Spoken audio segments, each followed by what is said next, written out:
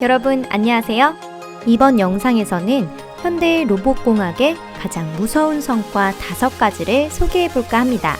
현재 발명된 최첨단 모델의 인공지능 성능이 너무 높은 탓에 인간의 입지가 좁아지는 것이 아닐까 걱정될 정도인데요.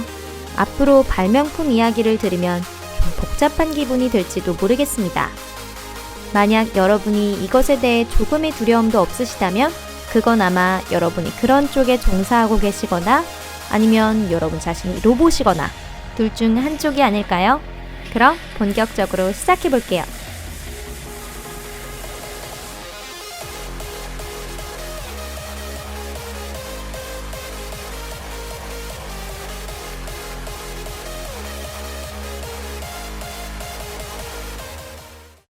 통합실조증 로봇.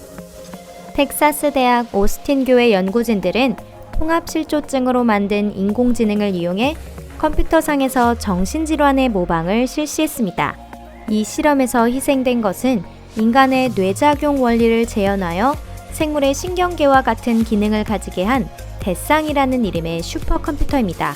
통합실조증의 메커니즘을 재현하려는 시도에 앞서 연구자는 통합실조증 환자의 뇌는 방대한 양의 정보를 처리하고 보존하며 필요없는 세세한 부분까지 뭐든지 상세하게 기억한다고 하는 초학습 이론을 출발점으로 했습니다.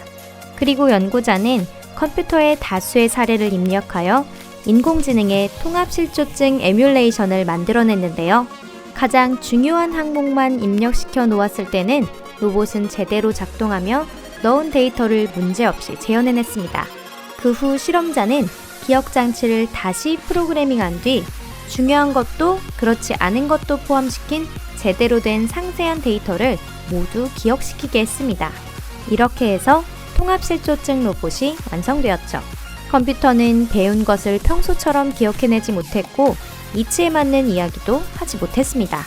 어느 날은 컴퓨터가 자신이 폭탄을 장치해 놓았다고 고백하며 테러 행위에 책임을 지겠다고 한 적도 있었다고 합니다. 인공지능이 이러한 행동을 취한 것은 테러리스트가 설치한 폭발에 대한 제3자의 보고를 자기 자신의 기억과 혼동했기 때문입니다. 또 다른 케이스에서 컴퓨터는 자신이 지금 누구인지 이해하지 못했으며 반대로 자기 자신을 제3자로 지칭하여 말하기 시작했습니다. 다시 말해 대쌍이 인격장애를 일으킨 것이죠. 다행히 텍사스 대학 연구진들은 이 컴퓨터를 정상으로 되돌리기 위한 항정신병 약과 같은 것을 발명하는 데 성공했다고 합니다. 사기꾼 로봇. 조지아 공대 인터랙티브 컴퓨팅 학부의 로널드 아킨 교수는 로봇 그룹에서 누군가를 속이는 학습을 시키는 데 성공했다는 실험 결과를 발표했습니다. 속이는 데 필요한 책략은 새나 다람쥐의 행동을 모델로 삼았습니다. 실험에는 2대의 로봇이 참가했죠. 첫 번째 로봇에게는 숨을 만한 장소를 찾게 했고 두 번째 로봇에게는 첫 번째 로봇이 어디에 숨었는지를 찾으라고 요구했습니다. 로봇들이 전진하는 곳에는 뒤집어질 수 있는 장애물이 미리 설치되어 있었어요. 첫 번째 로봇은 루트를 따라갔고 두 번째는 그것을 쫓았습니다. 남겨진 흔적을 기초로 수색 중인 로봇의 여정을 분석했죠. 잠시 후 숨어있던 쪽의 로봇은 거짓 흔적을 남기기 위해 장애물을 의도적으로 뒤집었습니다. 그때 로봇 본인은 그곳에서 조금 더 먼 곳에 숨어 있었죠. 단순한 책략이었지만 이를 통해 숨어있던 로봇은 실험 시간의 75% 동안 추적자를 따돌릴 수 있었습니다. 게다가 이 작전은 원래 프로그래밍된 것이 아니었다고 해요. 로봇이 시행착오 끝에 스스로 생각해낸 것이었죠. 이게 단순히 한 대학의 무해한 실험이라 참 다행이네요. 잔혹한 로봇. 지능시스템연구소의 연구진은 로봇의 그룹을 가상의 음식과 독이 있는 방에 넣었습니다. 로봇은 음식 근처에 있으면 득점을 하고 독에 너무 가까이 다가가면 점수를 잃게 되어 있었습니다. 실험에 참가한 로봇에겐 모두 불규칙하게 전멸하는 작은 푸른 램프가 장착되어 있었고요. 뿐만 아니라 다른 로봇이 내는 램프의 빛을 분별하기 위한 카메라 센서와 원할 때 스스로 램프를 끄는 기능까지 갖고 있었습니다. 실험이 시작되자 로봇들은 푸른빛이 가장 밀집한 곳이 다른 로봇들이 모여있는 장소이며 이곳이 음식과 가까운 곳이라는 사실을 바로 이해했죠. 그들은 램프를 전멸시키며 라이벌에게 올바른 장소를 알려주고 있었던 것이죠. 실험 몇 단계 후에는 거의 모든 로봇이 서로 알려주는 것을 싫어하며 램프를 꺼버렸습니다. 하지만 문제가 이뿐만은 아니었어요. 일부 로봇은 피리를 부는 사내처럼 램프를 더 심하게 전멸시켜 다른 로봇을 음식물에서 멀리 떨어뜨리자는 생각을 해냈습니다. 이는 어쩌면 인류에게는 좋은 일일지도 모르겠네요.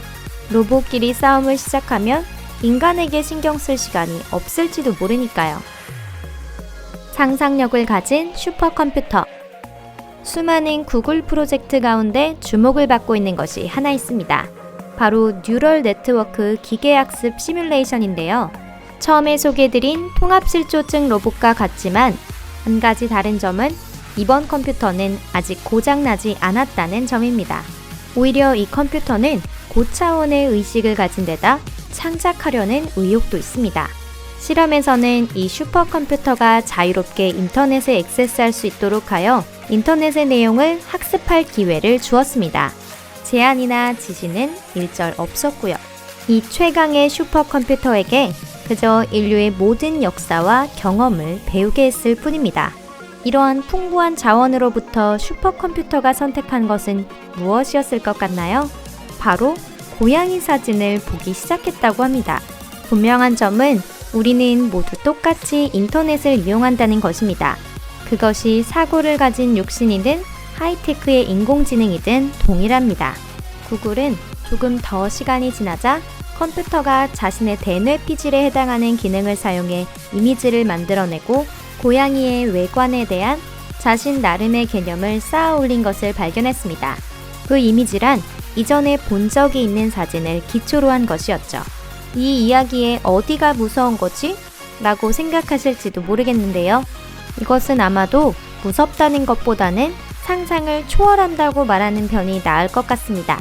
인간보다 지혜로워진 로봇은 조만간 인간의 자유를 제한하려 될 것이다 라는 유명한 일론의 말이 생각날 정도네요. 예측 로봇 노틸러스. 이는 또 다른 자동학습 슈퍼컴퓨터입니다. 이 컴퓨터에는 1945년부터 몇백만이 넘는 신문 기사를 입력하여 기사의 논조와 장소라고 하는 두 개의 기준으로 리서치를 시켰습니다. 그리고 뉴스라는 대량의 정보를 이용해 미래에 일어날 일을 예측하도록 컴퓨터에 지령을 내렸는데 그 예측은 놀라울 정도로 정확했죠. 대체 얼마나 정확했을까요? 이 컴퓨터는 빈라덴을 발견했습니다. 물론 이것이 막강한 힘을 가진 사이보그가 이온포를 들고 빈라덴에게 돌진했다는 뜻은 아닌데요. 노틸러스가 수색한 것은 그가 실제로 발견된 후였습니다. 하지만 충분한 정보만 있다면 인공지능은 넘버원 테러리스트가 있는 대략의 거처를 산출해낼 수 있습니다. 미국 정부와 동맹국들은 세월로 따지자면 11년 동안 2개의 전쟁과 2명의 대통령, 그리고 수십억 달러의 비용을 들여 여기까지 왔습니다. 하지만 노틸러스는 그보다 훨씬 짧은 시간 만에 일을 해낸 것이죠. 게다가 노틸러스가 한 일이라고는 테러리스트 지도자와 관련이 있는 뉴스 기사를 분석해 그가 있으리라 예상되는 지점을 연결시켰다는 것뿐이었죠.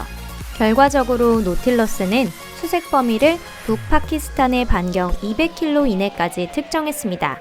바로 빈라덴의 은신처가 발견된 그곳이었죠. 하지만 노틸러스의 공적은 빈라덴 포에게만 머물지 않았습니다. 노틸러스는 이어 기사를 분석하고 긍정적인 내용과 부정적인 내용의 빈도를 읽어냄으로써 민주화 운동인 아랍의 봄을 예측했습니다. 이렇듯 로봇은 미래를 예측할 수도 있습니다.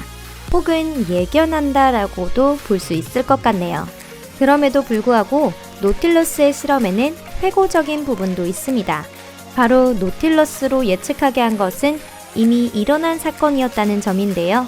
연구자들은 진정한 미래를 컴퓨터에 예측시키는 것도 고려하고 있다고 합니다. 오늘 영상은 여기까지입니다. 시청해주셔서 감사합니다. 아마 여러분이 그렇게까지 놀라지는 않으셨을 것 같은데요. 솔직히 말하면 이 영상에서는 공포보다는 감탄이 더 강하게 느껴지셨을 거라 생각됩니다. 적어도 전자레인지가 가까운 미래를 지배하는 것은 아닐까? 라는 걱정은 들지 않았네요. 하지만 여러 가지 우려나 경고가 모두 근거 없는 일은 아니라는 것은 분명한 사실입니다.